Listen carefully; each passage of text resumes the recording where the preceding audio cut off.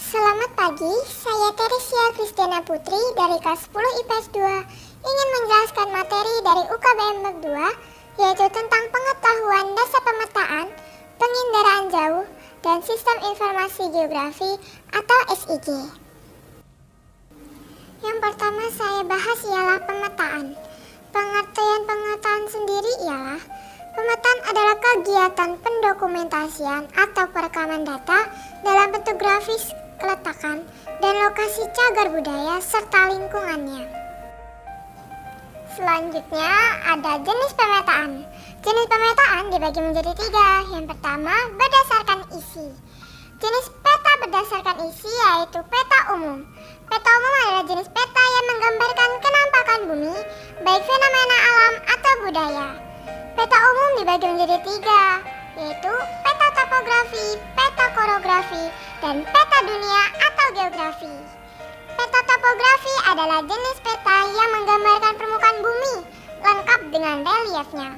Peta korografi adalah jenis peta yang menggambarkan seluruh atau sebagian permukaan bumi, baik yang sifatnya umum dan biasanya berskala sedang. Peta dunia atau geografi adalah jenis peta umum yang berskala sangat kecil dengan cakupan wilayah yang sangat luas. Dan yang kedua ialah peta khusus atau peta tematik. Peta khusus adalah jenis peta yang menggambarkan informasi dengan tema tertentu. Misalnya seperti peta geologi, peta lahan, peta kepadatan penduduk, peta curah hujan, dan masih banyak lagi. Selanjutnya jenis peta berdasarkan skala. Jenis peta berdasarkan skala dibagi menjadi 4, yaitu yang pertama adalah peta kadaster atau sangat besar.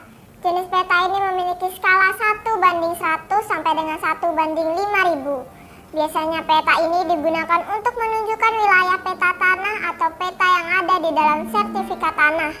Dan yang kedua ada peta besar. Jenis peta besar memiliki skala lebih dari 1:5000 sampai dengan 1:250.000. Peta ini digunakan untuk menggambarkan wilayah yang kecil seperti kelurahan, desa, atau kecamatan. Lalu yang ketiga peta sedang. Jenis peta satu ini berskala lebih dari 1:250.000 sampai dengan 1:500.000. Peta sedang biasa digunakan untuk menggambarkan wilayah yang cukup luas seperti kota atau provinsi. Selanjutnya peta kecil merupakan jenis peta yang berskala lebih dari 1:500.000 sampai dengan 1:1 juta. Biasanya digunakan untuk menggambarkan peta atau bahkan dunia.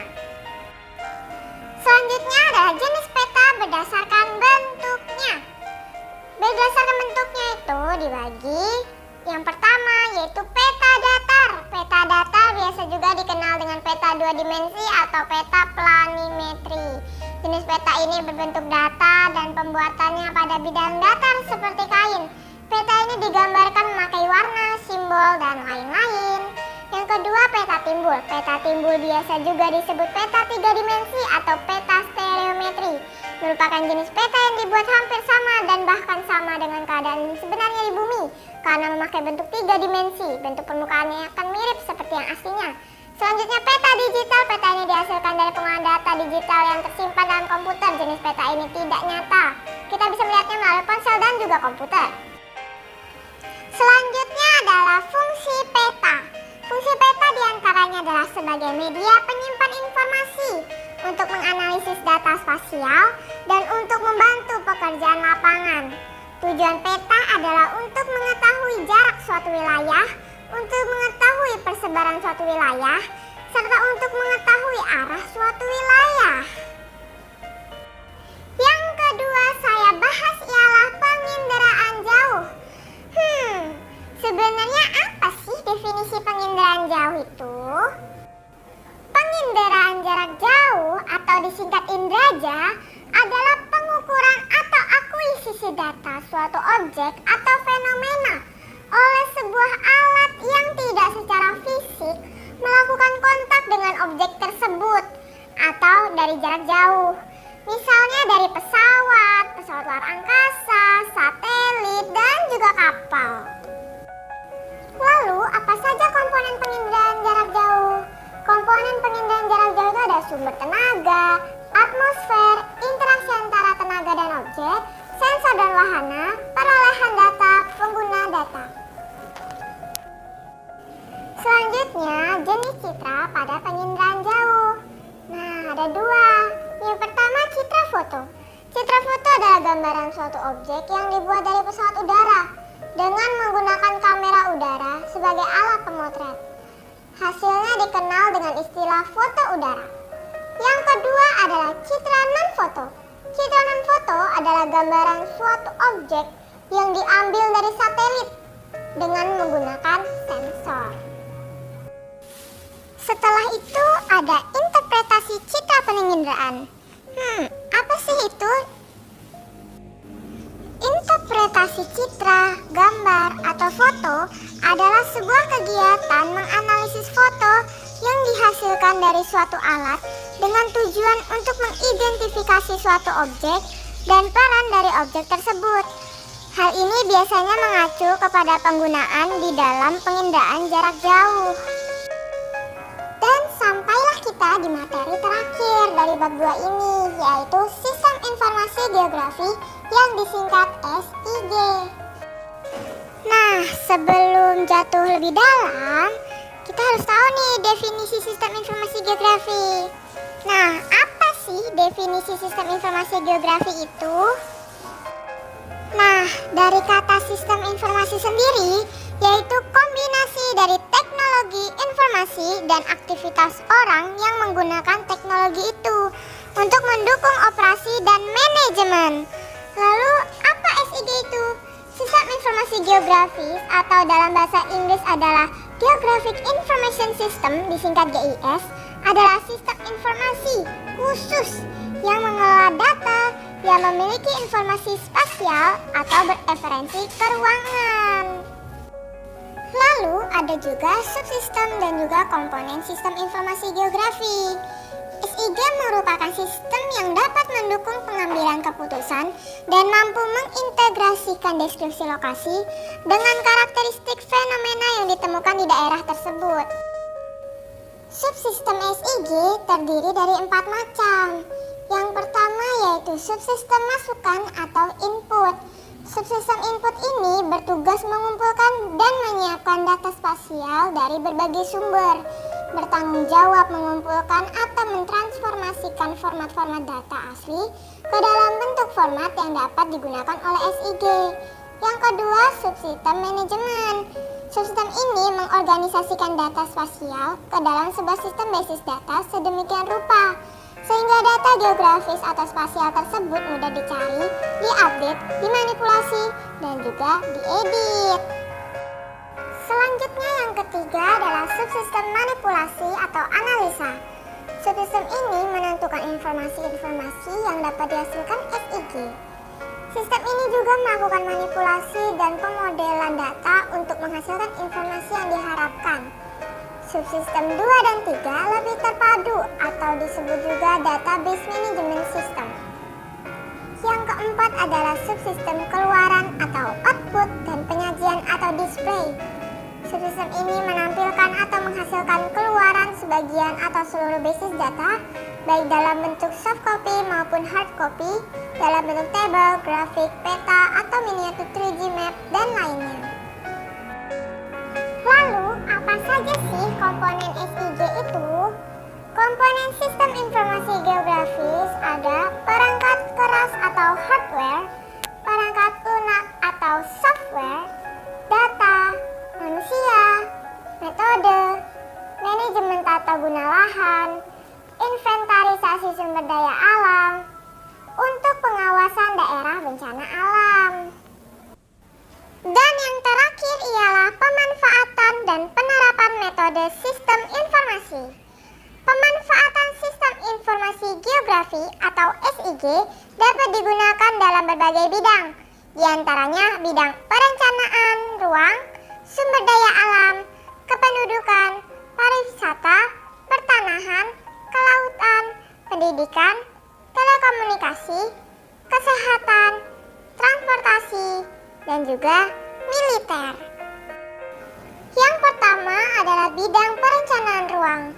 Dalam perencanaan ruang, SIG dapat digunakan untuk merencanakan tata ruang kota, pemukiman penduduk, relokasi pasar, perencanaan pemukiman penduduk, dan lain-lain.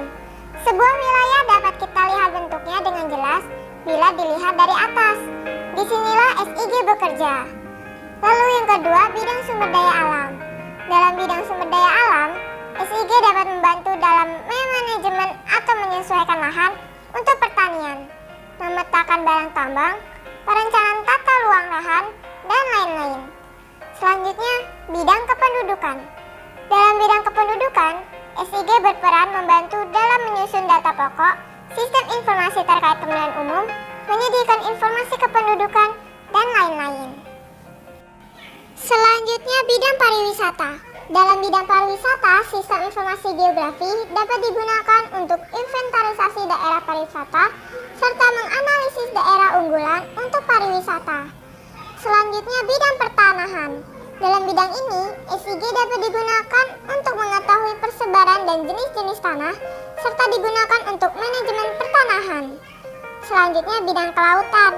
Dalam bidang kelautan, sistem informasi geografi dapat digunakan untuk memantau daerah pesisir, pantai atau laut, daerah pasang surut, taman laut, dan lainnya.